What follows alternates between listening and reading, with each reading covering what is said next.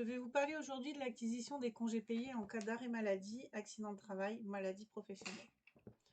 Donc, dans le cadre de la loi du 24 avril 2024, cette loi met en conformité le droit européen et le Code du travail français en matière d'acquisition des congés payés pendant un arrêt maladie, qu'il soit professionnel, non professionnel ou accident de travail.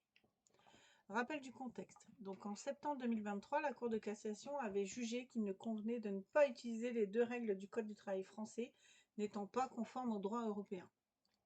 De ce fait, il fallait dorénavant considérer que le salarié avait acquis des congés durant un arrêt pour maladie non professionnelle, ce qui n'était pas le cas avant, et durant la totalité de l'arrêt de travail pour accident de travail ou maladie professionnelle, ce qui n'était pas le cas également avant. Nous allons voir comment ça se passe au niveau de l'acquisition des congés payés en cas d'accident de travail et maladie professionnelle. Donc, en cas d'arrêt pour accident de travail ou maladie professionnelle, le salarié acquiert 2,5 jours ouvrables de congés payés par mois d'arrêt de travail, soit 30 jours ouvrables en cas d'arrêt sur toute la période d'acquisition.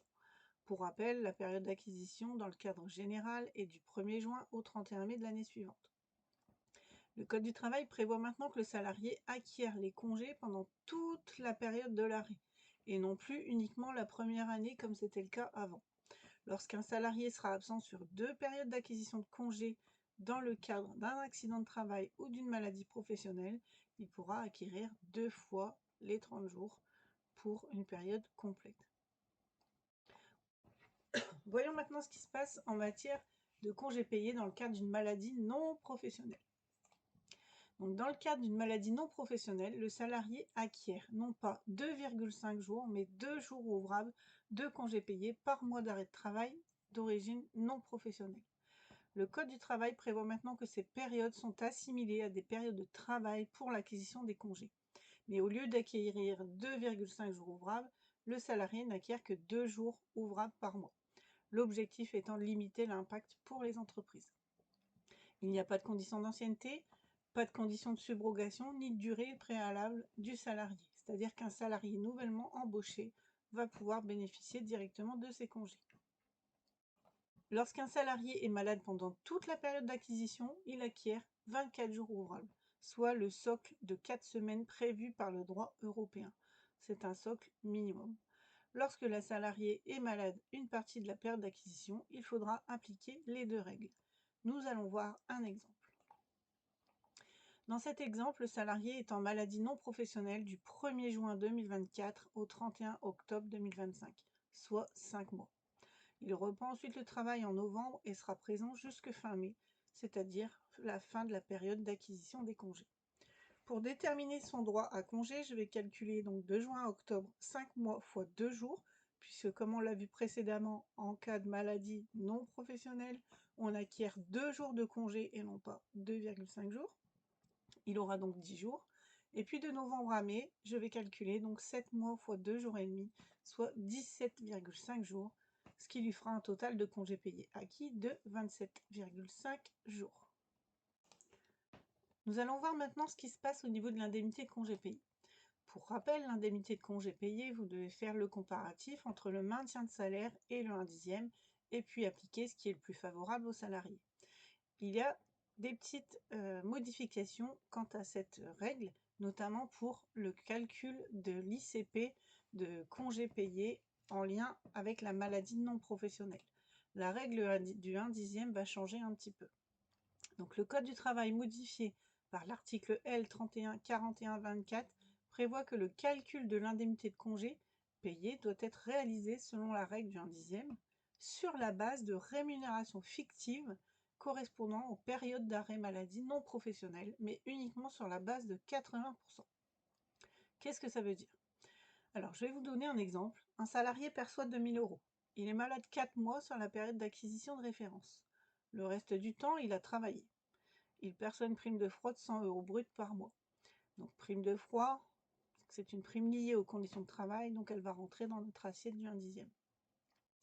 Le salarié va acquérir donc 8 jours. 8 jours au titre de la maladie, donc 4 mois fois 2 jours en lien avec cette maladie.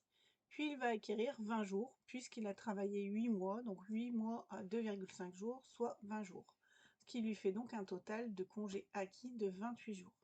Pour calculer le 1/10, on va donc faire 4 mois d'arrêt maladie fois 2000 € fois 80%, plus la prime, donc 100 € fois 80% fois 4 mois. Ça, c'est pour la période en lien avec la maladie.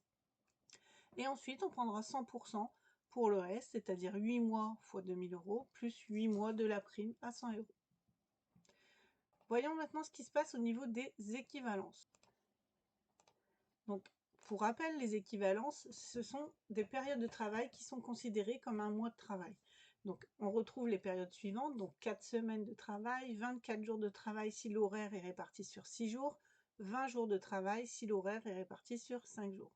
Ces équivalences consistent à considérer qu'un salarié qui aurait totalisé 48 semaines de travail sur une année aurait acquis 30 jours ouvrables de congé. Dans la même logique, 4 semaines d'arrêt maladie valent 1 mois, soit 2 jours de congé acquis depuis la loi du 24 avril. Un point important, informer le salarié sur ses droits à congé. L'employeur a l'obligation, après un arrêt, d'informer le salarié dans le mois qui suit la reprise du travail de 2 éléments: du nombre de jours de congé dont il dispose et de la date à laquelle ils peuvent être pris. La date à laquelle le salarié reçoit les informations est importante car elle fait souvent partir le délai de report du congé. Justement, en termes de report, voyons ce qui se passe depuis cette nouvelle loi. Voici les règles de report de congés payés non pris du fait d'un accident de travail ou d'une maladie. Donc, le report de prise de congé. La loi a créé une période de report de 15 mois pour la prise de congé n'ayant pas pu être pris du fait d'un arrêt de travail ou d'une maladie. Ce report de 15 mois est un minimum légal. Il pourrait être allongé par accord collectif. La date de report démarre à partir de la date à laquelle le salarié a été informé de ses droits. C'est ce qu'on vient de discuter juste dans la diapo précédente. Une règle spécifique est prévue pour les arrêts de travail de moins d'1 an. Pour les arrêts d'au moins 1 an à la date d'acquisition, une règle spécifique est prévue. C'est-à-dire que les congés acquis au titre de l'arrêt de travail sont reportés sur une période de 15 mois à partir du terme de la période d'acquisition. Qu'est-ce que ça veut dire? Ça veut dire qu'au 31 mai, pour le cadre général, là, on va pouvoir commencer à compter la période de report des 15 mois. Si toutefois le salarié est toujours en arrêt à cette date, la période de report peut quand même débuter sans attendre la reprise du travail et sans information préalable du salarié. En clair, qu'est-ce que ça veut dire? Si le salarié au 31 mai n'a pas repris le travail, la période de report des congés de 15 mois débute. Et donc, il est susceptible de perdre ses congés. Vous voyez sur la phrase suivante, si l'arrêt de travail se prolonge et que le salarié ne réintègre pas son poste avant la période de report, les droits risquent d'être perdus. Cette nouvelle loi prévoit également une notion de rétroactivité. Donc rétroactivité du 1er décembre 2009 au 24 avril 2024. Pourquoi 2009? Parce que c'est la date du traité de Lisbonne qui a donné une force juridique et qui a permis à la Cour de cassation de s'appuyer dessus pour écarter les règles françaises en septembre 2023. Donc la loi prévoit une application rétroactive à la fois de la règle d'acquisition des congés pendant un arrêt maladie et également un accident de travail. Elle prévoit également une application rétroactive des dispositions en lien avec l'information du salarié sur ses droits et les règles de report qu'on vient de voir précédemment. Je vous donne un petit exemple. Dans l'exemple 1, nous avons un salarié qui est embauché en cours d'année et qui, de juin 2020 à mai 2021, a été absent 16 semaines pour arrêt maladie. Et il a travaillé ensuite 32 semaines. Il a donc acquis dans le cadre de ses congés au titre de son travail effectif 20 jours et dans le cadre de ses congés payés au niveau de l'arrêt maladie, il ne peut réclamer que quelques jours puisqu'en fait il ne peut réclamer, en théorie il devrait réclamer 4 mois fois 2 jours, c'est-à-dire 8 jours en raison de la maladie, puisqu'on a vu précédemment que la maladie professionnelle, vous allez pouvoir bénéficier de 2 jours. En revanche, il ne peut pas dépasser 24 jours. Donc on fera 24 jours moins les 20 qu'il a, et il pourra réclamer uniquement 4 jours.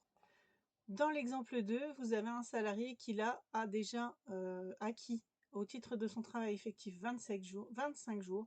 Il ne peut pas dépasser les 24 minimum, donc du coup, il ne pourra rien réclamer au titre de son arrêt maladie. En résumé, au niveau de cette